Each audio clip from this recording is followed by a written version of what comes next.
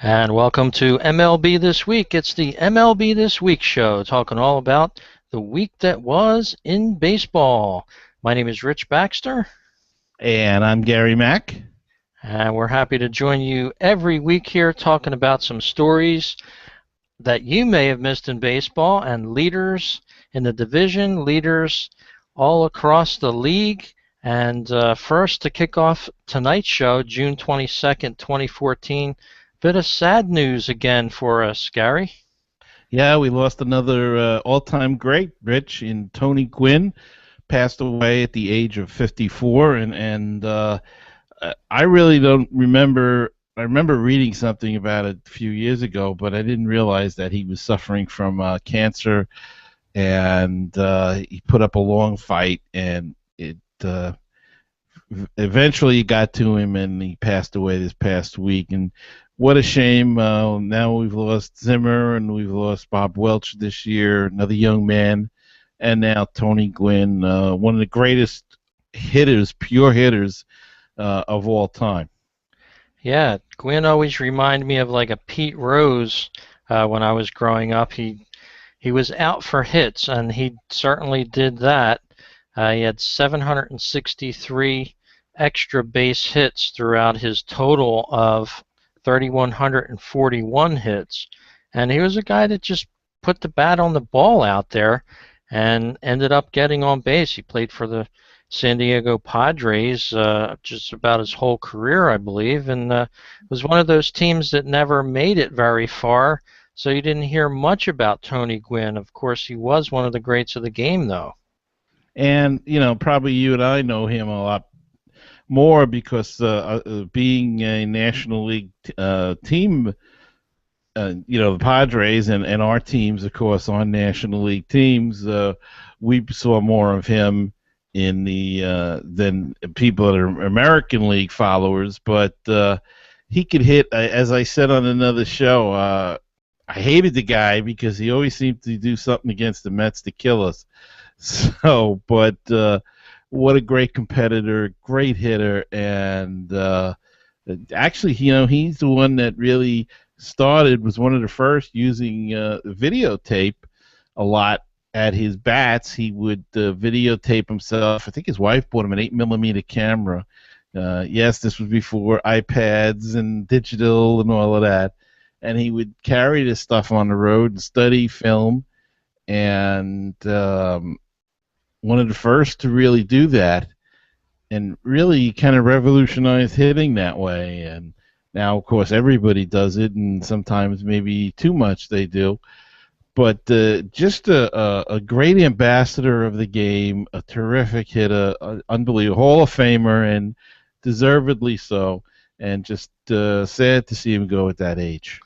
Yeah, and of course, Tony Gwynn used smokeless tobacco during his whole career, and that's what he ended up dying of, oral cancer. And that's a tough way. A lot of baseball players, upon hearing this, actually give up tobacco. I know it's going to be hard for them, as it is smoking, but a lot of guys are affected by this, and a lot of them said they were going to give it up after this. Yeah, and I hope they do. Every year they have, in spring training, they have some old-timers come by, and some of them, I remember that they said that like half their jaws are missing and stuff, and their faces are kind of caved in because there's a little gone there. And they preach about it, and yet people still do it. Chew gum, you can always replace your teeth. Yeah. But yeah, Tony Gwynn was a big tobacco chew. And yet I don't remember him as a one. But now that he talked about it so much that I can remember bits and pieces. But it's just a shame at that such a young age to go through that, and we're really going to miss another talent going from the game. Yes, we will. So Tony Gwynn passed away at the age of 54, and his son is still playing for the Phillies. And if you're watching our show on MLB This Week on our YouTube channel, you can see I probably have my Phillies gear on still here because I was at one of their minor league games this afternoon. But Tony Gwynn Jr. was kind of philosophical about it. He said he wanted to play better for his dad, and I'm sure it affects him. He had time away from the Phillies to deal with that, and it's a tough thing, especially when he was so young, to pass away like that. Well, Sure is. we're going to move into a little bit more of an upbeat story for this week in MLB This Week, and we're going to go over some of the league leaders in hitting before we get to another story for you here. And the batting leaders in the National League so far, no surprise, Troy Tulowitzki still running away with the batting average. He's batting .362. Jonathan Lucroy for the Brewers right behind him at .333. In the home runs department for the National League, it's Mike Stanton up there with 20 home runs already. Tulowitzki shadowing him with 18. RBI leaders, it's Stanton with 58 total as we do the podcast tonight on June 22nd, 2014. And Mr. Goldschmidt is right behind him with 52 RBIs for the Diamondbacks, who aren't doing all that well this year. I wonder if Goldschmidt will get moved around the All-Star break this year. One would think that maybe the Diamondbacks would. Stolen bases. Gordon has the lead with 39 for the LA Dodgers, and right behind him, Mr. Hamilton for the Cincinnati Reds with 31. And we're going to try to give you more stats as we do the show throughout this show. But you have a story on Matt Wieters, Gary. Yes, I do, Rich. You know, we've been covering all year. We've been talking about this, the Tommy John surgery, and the pitchers going down to that. Well, the news has come out that Matt Wieters, who hasn't played since May the 10th for the Baltimore Orioles, had an MRI, and it indicated that things weren't getting any better, and he will be have to undergo Tommy John surgery, and he felt, he's a catcher, and he felt discomfort throwing the ball second base in April. That eventually led to the injured elbow. They rested him. They did a number of things. He tried to DH. He couldn't do that, and it looks like that the surgery is going to be the best option. Now, interestingly enough, the rehab time for position players is only 9 months compared to 11 to 12 months with a pitcher. So not the same kind of violence on the ball that a pitcher throws at all times, but still a little shocking that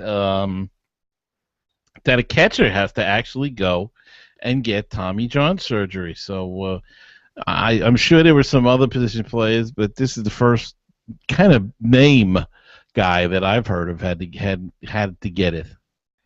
Yeah, sometimes those catchers are quick to throw a ball down the second or first or third, and yeah, I guess they can suffer the same consequences as pitchers. Of course, some of these guys play year-round, so it's kind of easy for them to hurt their arms, and as we know, and if you've been listening to our show all year, you know that a lot of people are affected by this, especially with the Tommy John surgery. That's become the buzzword around Major League Baseball this year so far. Yeah, and it's really been the last 2 years, last 3 years, there's really been two injuries that you keep popping up a lot, and it's the intercostal or the other in the stomach area, and of course the Tommy John surgery, which is in the elbow area, and it's almost gotten to the point that these two are the ones that you hear the most of now, and now you're starting to hear again a little bit about hamstrings popping up. So I still maintain, I think these guys are, like you say, I think they play all year. They're in too good a shape, maybe. The muscles are too tight. The muscles are not getting a chance to relax. And I really think in a strange way that all these injuries are kind of connected, in that we've heard experts talk about Tommy John surgery and said that the muscles don't get a chance to relax. They don't get a chance to rest. to get the nutrients back in from the bloodstream because they're playing all year, or they're pitching too hard or throwing too hard. And I think in a strange way it could be the same thing with the other injuries as well. They're not getting a chance to rest. But Bat Weedy is getting, strange as it may seem, he's getting Tommy John surgery. Yeah, very, very odd indeed for a catcher to require that. Well, there's been some changes around baseball this past week. The San Diego Padres have fired general manager Josh Burns out there in San Diego. Just today it was announced the Angels have released longtime journeyman Raul Ibanez from the team. That's kind of surprising. Ibanez seems like he comes through with clutch hits all the time, but apparently not good enough for the Angels. They released him. The Marlins are going to be signing Brad Penny if they haven't already. That's the latest news. And also the Red Sox have released Grady Sizemore in the past week. People that know Grady Sizemore, he was an all-star type of player in the past few years, but for some reason he has not been able to live up to that with the Red Sox, and they just outright released him. Wow, that's kind of a shocker because he started off pretty well this season, and I guess they were looking to replace Ellsbury as best they could, and he was the guy, and didn't work out, and I guess they're going to go with younger guys and see what they can do. And you know, Rich, last night there was another first in baseball. I don't know if you saw this, but with all these injuries going on to pitchers and stuff, a pitcher in a major league game wore that new protective hat, and I'm gonna put a picture up for all our YouTube viewers. And this is not Photoshop. This is not some sort of joke. This is what the hat looks like. It is a protective hat. It is an ugly-looking thing. Yes. Pretty bulky, and I understand why they wore it. They're wearing it. It's manufactured by a company called Isobox. It is designed with extra padding to help absorb the impact. The caps have been available to pitchers all season long. Nobody wore it yet, but Alex Torres, a relief pitcher for the San Diego Padres, who has shown some concern, was the first to wear a cap in the game. And as the picture shows, it is a funky-looking thing. But he pitched the 8th inning. He allowed 1 run on 1 hit and 2 walks. He struck out 2. It is what it is, and I can understand it. But they have to come up with in this day and age, you'd think they'd come up with some lighter material that would perform the same task instead of something that's bulky. Yeah, almost like a helmet that a bicyclist would wear or something like that.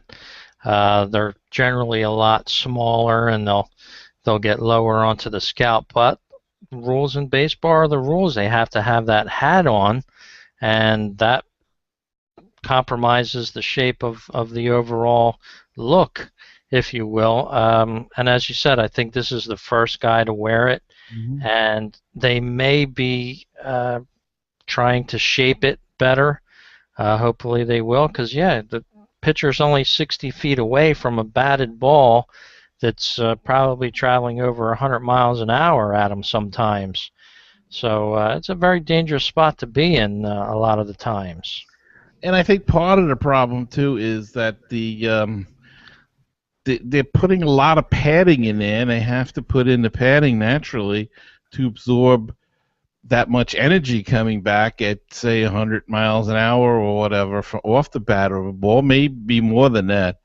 And I guess that's going to stretch the shape out. It'd be nice if they come up with some lightweight material that would do the absorption. I know I saw one on a report one time where the guy, it made the hat look a little bulkier, but it went around the whole inside of the cap, but it was thinner, and it did not look this bad. A few years ago, David Wright wore a hard helmet when he got, they came out, he got beamed, and they came out with these bigger hard helmets, if you remember, and they still have them, but nobody ever wears them because they look ridiculous also.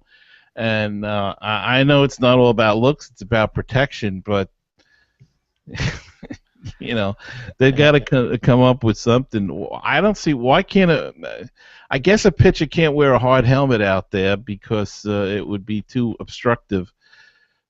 But do you remember back in the? I don't know if you do, Rich.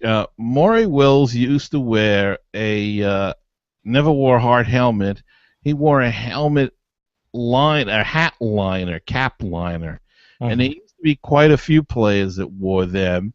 And I don't know what they were made of. I don't know how safe they were or not, but maybe something like that with space age material would work a little bit better. It's something that's in its evolutionary stage, I guess. And but boy, I look at that thing and you can't help but laugh. But I don't mean to laugh because I understand the man was a little nervous and he's wearing it for his protection. So, but it's the first time in baseball history that the guy wore the protective cap in an appearance.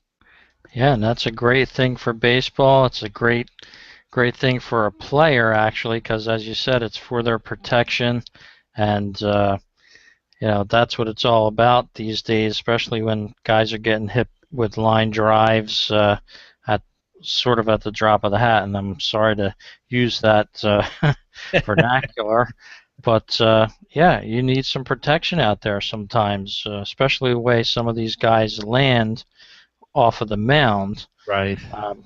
And our next story here, I'm trying to get it up on Google Plus for our listeners, but it looks like that is not going to be working tonight, a screen share program. For the pitching leaders, we'll just jump right into the pitching leaders here for the National League. Johnny Cueto, 1.86 earned run average. He's leading the NL so far. Right behind him, Mr. Wainwright from the Cardinals at 2.08.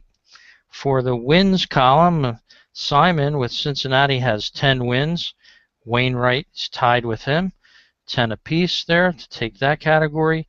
Strikeouts, Strasburg with 121, and Johnny Cueto right behind him at 119 strikeouts.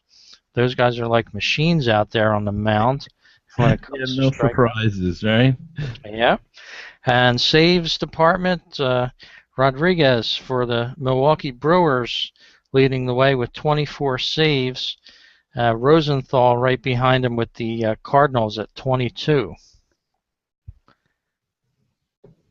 So that's some interesting stats there for the National League. Let's jump right into the American League for some pitching stats, Gary. Scott Kazmir leading the way at 2.08 earned run average.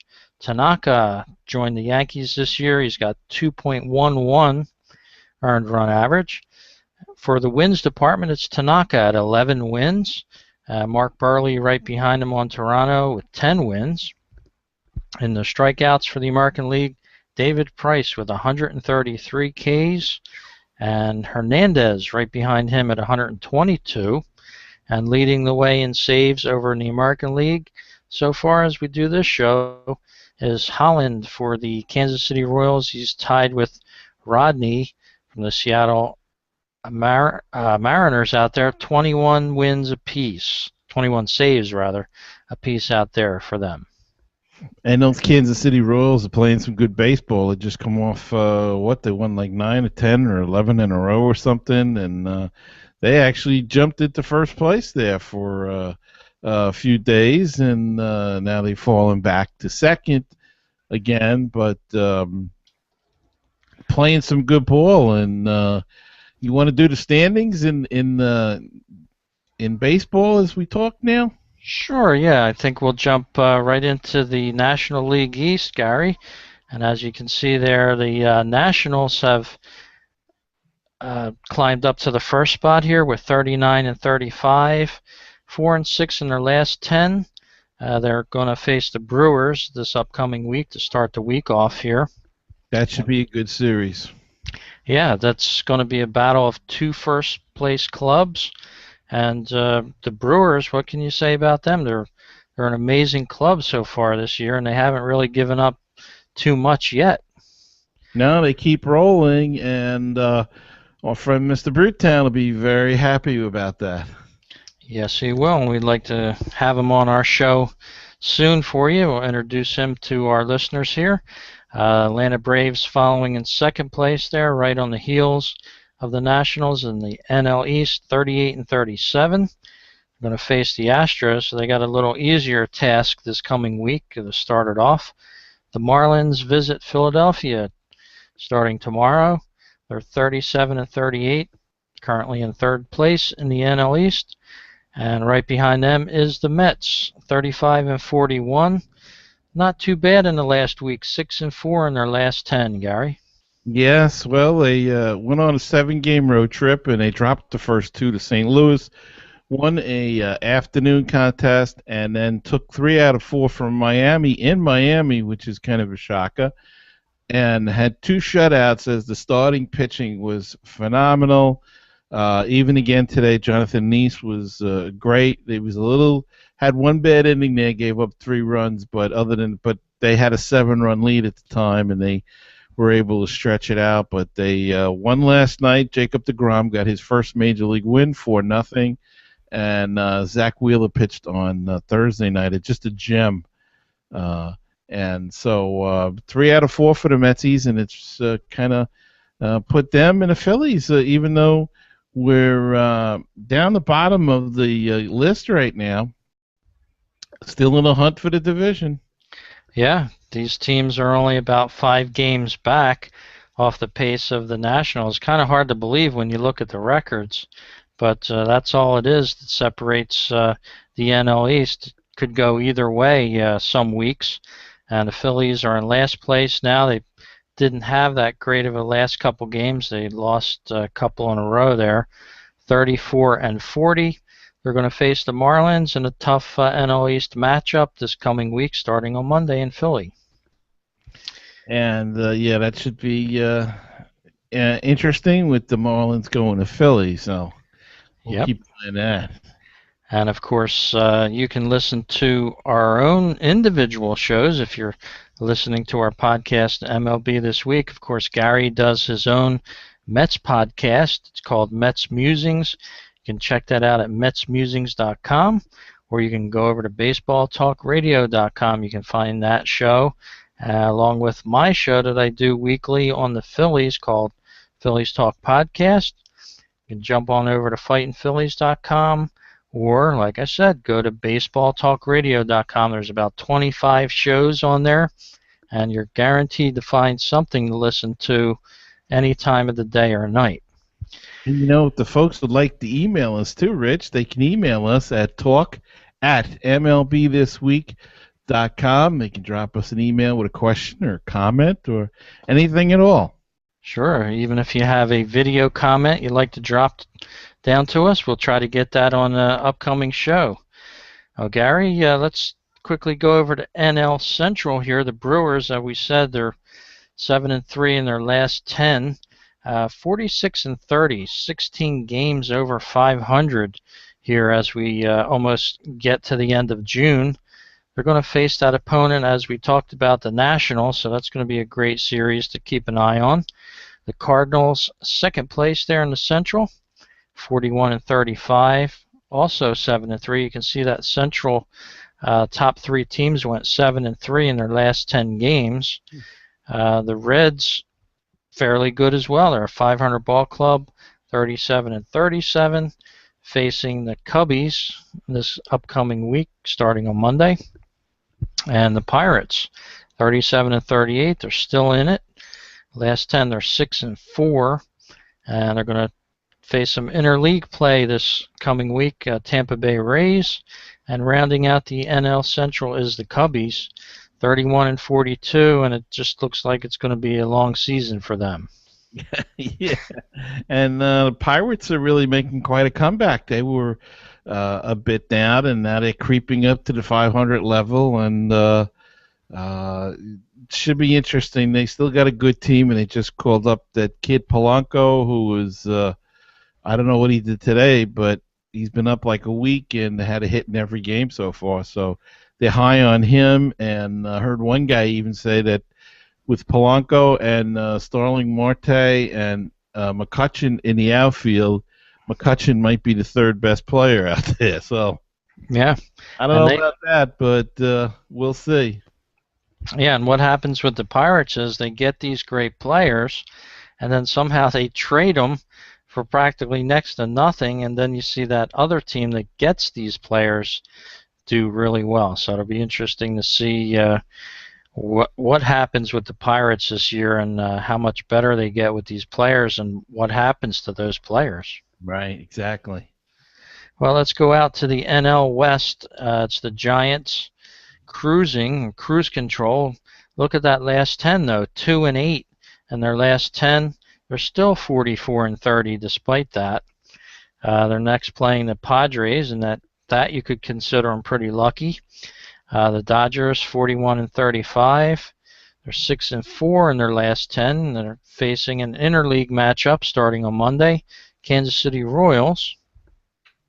And Gary, out in the Colorado there, they're 34-40, 5-5 in their last 10, and they're a club that's in need of starting pitching, I think. Yeah, and it looks like it's going to be a two-team race out there.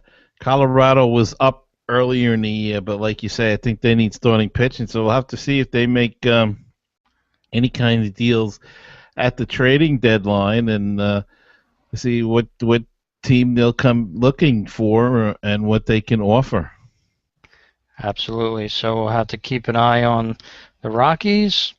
And rounding out the division there, NL West, the Padres at 32-43, 4-6 in their last 10. They're taking on the tough San Francisco Giants starting on Monday.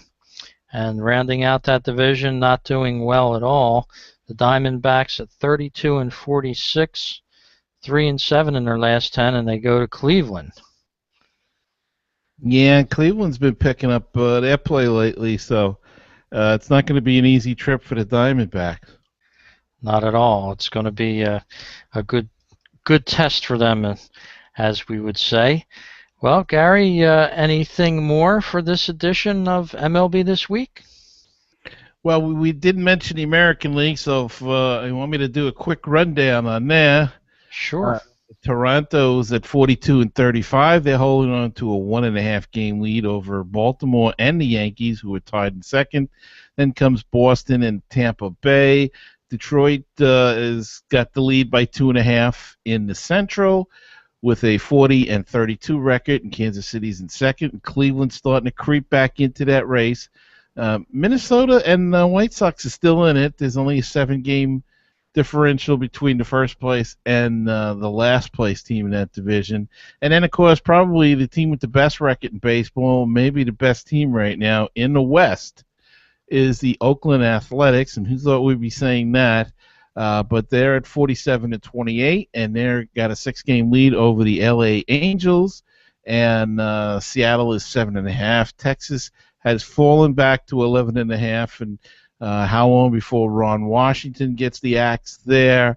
And then, of course, the young, very young Houston team with the league-leading hitter Jose Altuve is bringing up the rear at 33-44. But that's a lot better, I think, than people imagine that they would do this year. Houston, they really got some good young talent, and they're going to be a team to watch in the future. Yeah, and they take on a tough Atlanta Braves team as of Tuesday. Atlanta faces off with the Houston Astros, and as you said, Gary, they've got 33 wins. They're almost like up there with around the Phillies and the Mets, really. So, and you can use that tough division that they're in. 3 of those clubs are 40 wins or above in the AL West there. So consequently, Houston has fallen back to 14.5 games back.